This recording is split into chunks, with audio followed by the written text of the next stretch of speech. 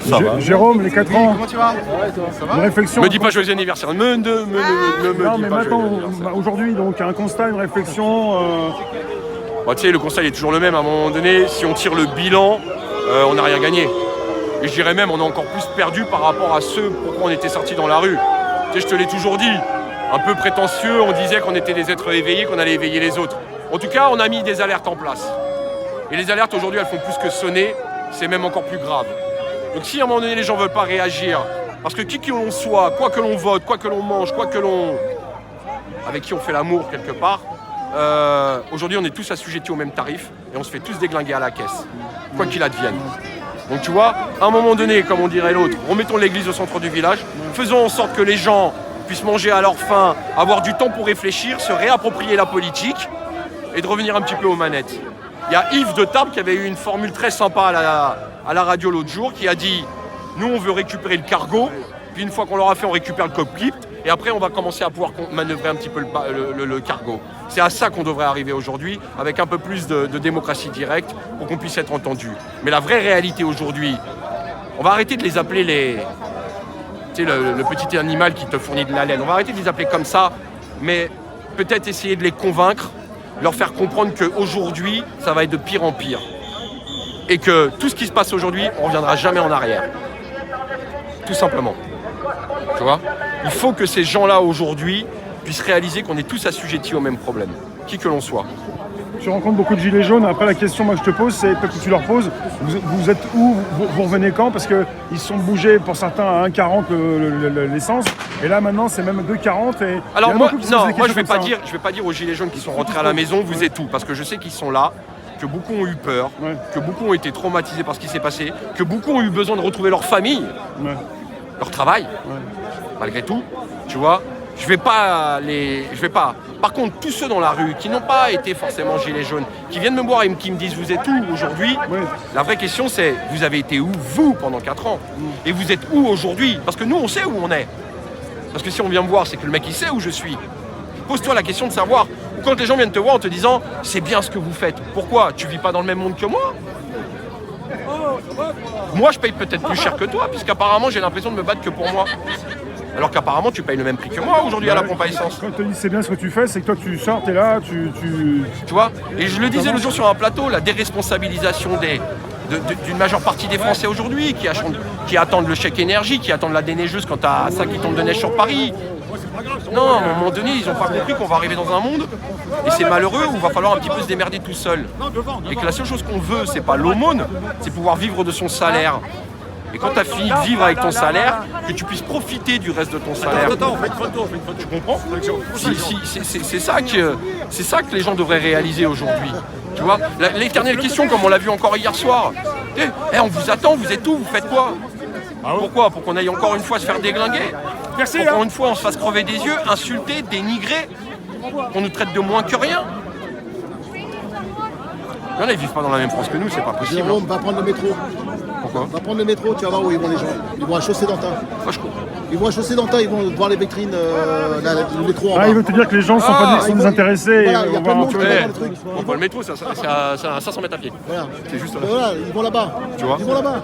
On a discuté, hein. Moi j'ai discuté tout à l'heure avec toi, tout à l'heure on discutait, mais par rapport T'as beaucoup de gens qui sont concernés, mais ils sont pas assez concernés pour bouger. Voilà. J'étais un peu attrapé par rapport au vote tout à l'heure. Tu te rappelles, on discutait là. Ouais. Voilà, par rapport au vote, on n'a pas appelé. Macron il est repassé. Et là, tiens, ce que je disais, la déresponsabilisation des gens. Ouais. Et encore, j'ai affiné mon truc parce que je me suis pris un mois de censure sur Facebook. Donc j'ai eu le temps d'aller étudier les profils des gens qui me mettent « t'as appelé à voter Macron ». Alors moi, je fais une différence entre ceux qui votent Le Pen et les vrais Le Penistes. Et au final, ce sont tous des vrais Le Penistes, ont juste les boules que leur copine ne soit pas arrivée au pouvoir. Mais moi, à un moment donné, déjà, ne serait-ce que pour respecter les doctrines Gilets jaunes, j'ai pas à dire aux Gilets jaunes ce qu'ils ont à voter, j'ai pas à dire ce que j'ai à voter, et c'est à eux de prendre leurs responsabilités. À un moment donné, s'ils avaient une responsabilité à prendre, c'était avant les élections, ou alors au premier tour des élections, ou alors à l'Assemblée. Moi, mes responsabilités, je les prends. Quoi qu'il advienne, je vais pas aller voter à l'encontre de mes idées politiques quand j'enlève le gilet jaune, et je vais pas voter pour un mec qui m'a crevé un œil. Donc les espèces d'arguments des haters sur Internet qui disent j'ai appelé à voter Macron, vous êtes débiles. Mais tu l'as pas fait, t'as pas appelé à voter Macron. Parce qu'en fait, ils auraient voulu que tu t'appelles à voter Le Pen, c'est ça en fait, non? C'est la frustration de ceux-là. Mais prends-toi tes responsabilités, fais un live, dis ce que tu as à dire. Vous êtes là, les gilets jaunes, liberté, liberté. D'autres personnes disent ouais, chacun fait ce qu'il a à faire. Et quand moi je fais ce que j'ai à faire, les gens viennent le reprocher. Oh, dans l'absolu, je l'ai dit sur je sais plus où. Moi, le mouvement des gilets jaunes, il m'a appris à faire quelque chose, à discuter avec tout le monde. Parce qu'avant le mouvement des gilets jaunes, il y avait une catégorie de personnes avec qui je ne discutais pas. Tu sais, parce que j'avais cette politique dogmatique aussi dans ma tête. Mais je me suis aperçu que quoi qu'il advienne, le mec, il va bosser, il fait ses 35 heures, il fait vivre la France, et puis quand il ouvre le frigo, bah à part avoir du vide, il n'y a rien d'autre. Donc au-delà de ces idées, eh ben, la douleur au ventre, elle est la même que la mienne. Jérôme, je vais me demander qu'est-ce qui se passe à la télévision en ce moment. L'accueil des Gilets jaunes de nouveau, et Maxime Nicole en parlait, ça lui paraît bizarre. Enfin, ils ont l'air gentils, ils ont l'air attentifs. Moi, je me méfie. Ils sont pas là pour vous Je casser me quand vous méfie venez des parler. médias qui attendent qu'une chose, c'est que ça castagne pour faire des bonnes images. Est-ce qu'ils vont pas Parce vous que mettre je sur vous le dos une rappelle, future violence je vous rappelle, manifestant? et ça, j'ai des preuves à l'appui, que quand à la directrice de l'information, Madame Pigalle à l'époque, avec qui j'ai eu un entretien, qui te dit nous avons gagné 50% de parts de marché en plus avec le mouvement des Gilets jaunes, les mecs, ils ont bien mangé. CNews, qui à l'époque s'appelait iTélé, je crois. Peut-être même, non, je suis pas sûr. Peut-être que je dis une connerie. Qui était en perte de vitesse de dingue. Rappelez-vous, avant le mouvement. Ils ont survécu grâce à nous. Et je te passe nombreux médias qui ont pu émerger. Moi, il y a des médias qui font des images et qui les revendent à BFM, qui sont venus me voir, m'ont dit, mais on n'a jamais gagné autant de pognon qu'avec les Gilets jaunes. Il y a Canal là. Donc à un moment donné, une manif, tranquille, où ça gueule, ça va faire 2 minutes. Mais quand ça part en couille, ils aiment ça malgré tout. Ils veulent de la guerre, ils veulent du sang. Ils préparent 2023, il y a une répression, il y a du budget, il y a de la police, et il y a aussi peut-être les médias qui préparent l'année prochaine. Mais là, tu vois, à un moment donné, on est parti. Ce sera un autre sujet, on en reparlera peut-être une autre fois. On est parti à l'Assemblée. Oui. Malheureusement, tu me connais quand je parle, moi j'y vais. J'ai mis une petite cartouche aux médias mainstream. Il n'y a pas eu une ligne qui est sortie. Parce qu'à un moment donné, quand tu dis au mec, t'as 150 journalistes, tes collègues, qui se sont fait marbrer par la police, je t'ai pas entendu chanter. C'est incroyable. Ça, c'est incroyable. Par contre, un pauvre gilet jaune qui l'insulte, ou pire qui va lui mettre un coup de canne. Oh, tiens, quand Jamel et Igor à l'époque, vous vous souvenez? Igor Zahiri, tu vois, le mec fait sa pleureuse, je l'ai au téléphone, et puis qu'au final, tu vois qu'il a aussi mis un coup à Jamel. Oui, vois, j'ai vu ça. Ouais. Alors là, ça fait les gros titres.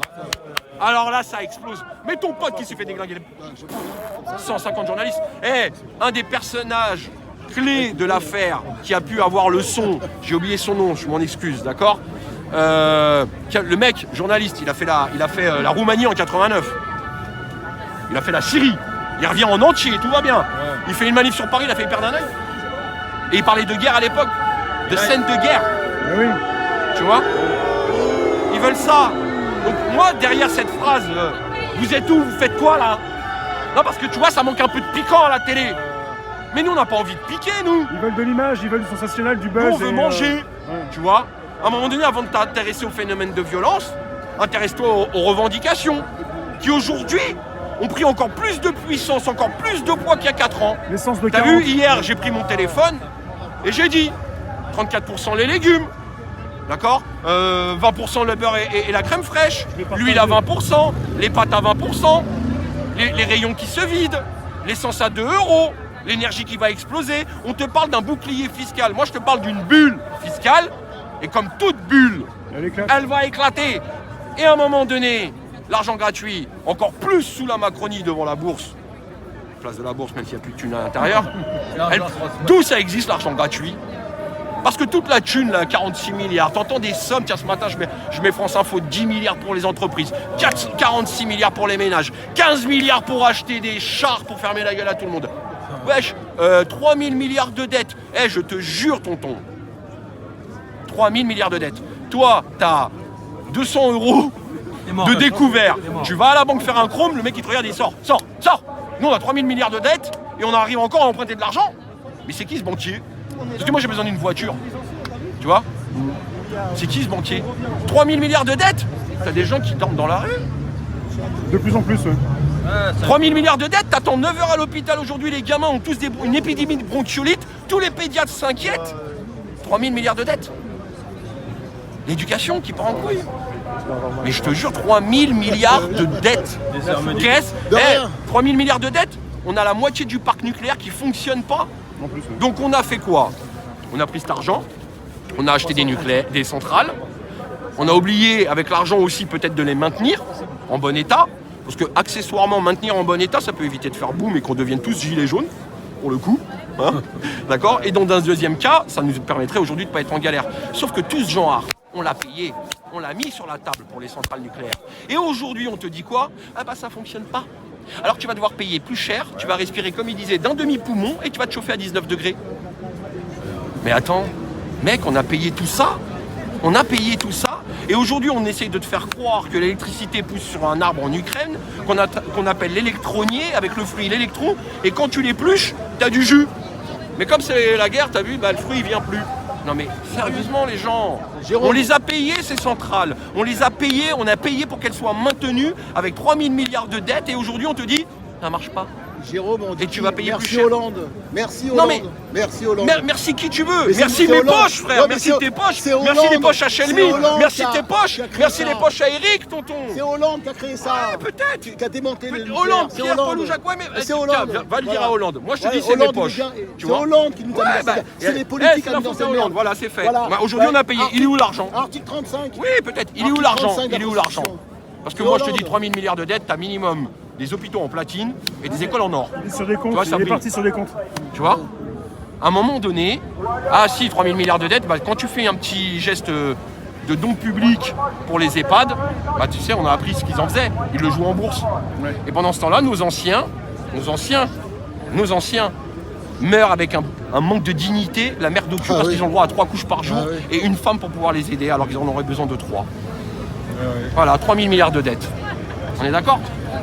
Il faut juste à un moment donné, comme quand tu vas chez Carrefour, on te donne ton ticket de caisse, tu sais pourquoi tu as acheté ça, tu sais pourquoi tu en as, tu sais où va ton argent. La Tu vois, dette, la quand ton dette, enfant il vient te voir et il te dit papa je peux avoir un billet de 50 balles, comme tout daron, hein, vous me dites, hein. Pourquoi faire? Tu veux 50 balles, pourquoi faire, fils? Pour faire des conneries ou pour t'acheter un bouquin? Tout le monde demande pourquoi faire quand on donne. Et là on donne de l'argent et on ne demande pas pourquoi faire. Ouais. Par contre on sait que les centrales ne fonctionnent pas. Et on nous fait croire qu'elles vont fonctionner d'ici le mois de janvier. Hein. Il y en a encore une qui a pété la semaine dernière, frère, il y avait une fuite. Là, tu nous parles d'un ras-le-bol des Français, tu parles d'une bulle qui va éclater au niveau financier, mais là, le ras-le-bol des Non, Français, c'est il va pas une bulle éclater. financière qui va éclater, Ouais. c'est la bulle fiscale. À un moment donné, Ouais. cet argent-là, mon frère, va falloir le rembourser. Ouais. Ouais, c'est du Enfin, domaine dans le financier. principe, d'accord? Dans le principe, je dis bien dans le principe, je sais qu'il y a plein de théories après derrière, mais dans le principe, qui emprunte, rembourse. Tu vois, Michel, il me passe un billet de 10, je vais le rembourser. Tu sais, ce que je veux dire, c'est qu'à un moment donné, 15% au mois de janvier, moi j'y crois pas. Hein. Toi qui rencontres beaucoup de personnes, les Français ont la colère, il y a une colère, il y a des gens qui vont arriver, qui vont peut-être pas arriver en manif, mais qui Mais vont... c'est ce que je disais, qui nous vont on est déclarer déjà quelque en chose. colère. Nous le système D, la démerde, les fins de mois compliquées, on sait ce que c'est, on sait pourquoi on est dans la rue, on parle entre convaincus, on le sait. Aujourd'hui, comme je le dis, ce qui va tomber sur le marché de la précarité malheureusement, c'est des gens qui n'ont jamais connu ça. Nous les sans-dents, qui avons peut-être manqué un peu de mordant, ou alors qui se sont fait exploser le peu de reste qui nous restait en manif, ceux qui vont arriver ont encore la chance de pouvoir aller chez le dentiste. Ouais. Quand la première canine elle va sauter ou le premier bridge il va... Peut-être qu'ils vont marquer plus fort que nous et nous on passera pour des agneaux, tu vois. C'est nous qu'on appellera les moutons. Tu vois ce que je veux dire? C'est juste ça. Aujourd'hui on connaît le prix de la violence, on connaît le prix de la douleur. Juste réaliser que si on a le nombre dans la rue, celui qui a peur, c'est l'autre. Hein. Changer de camp. Et à un moment donné, c'est ceux qui vont reprendre leur destin en main et qui vont vivre au rythme de ce qu'ils donnent.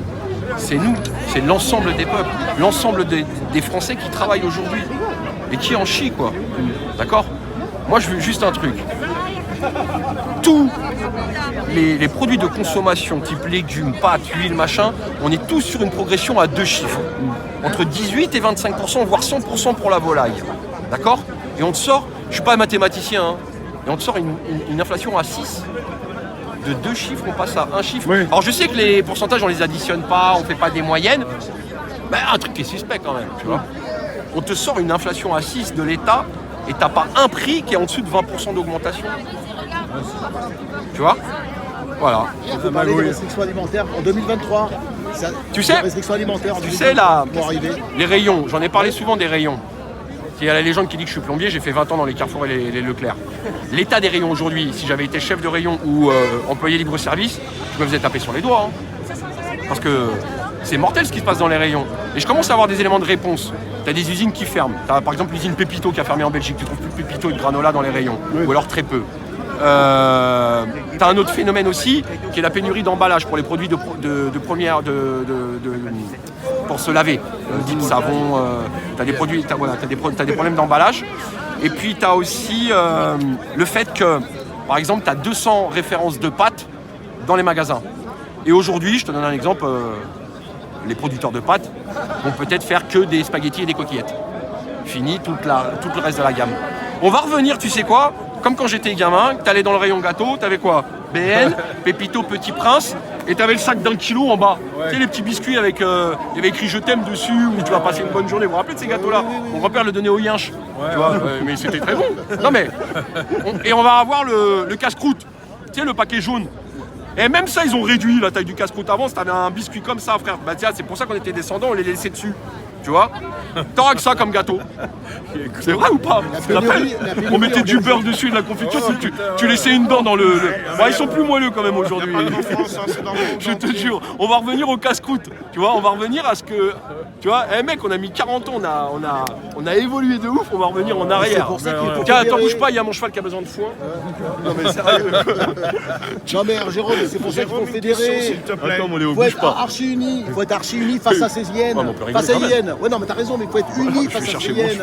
Bah oui. Vas-y.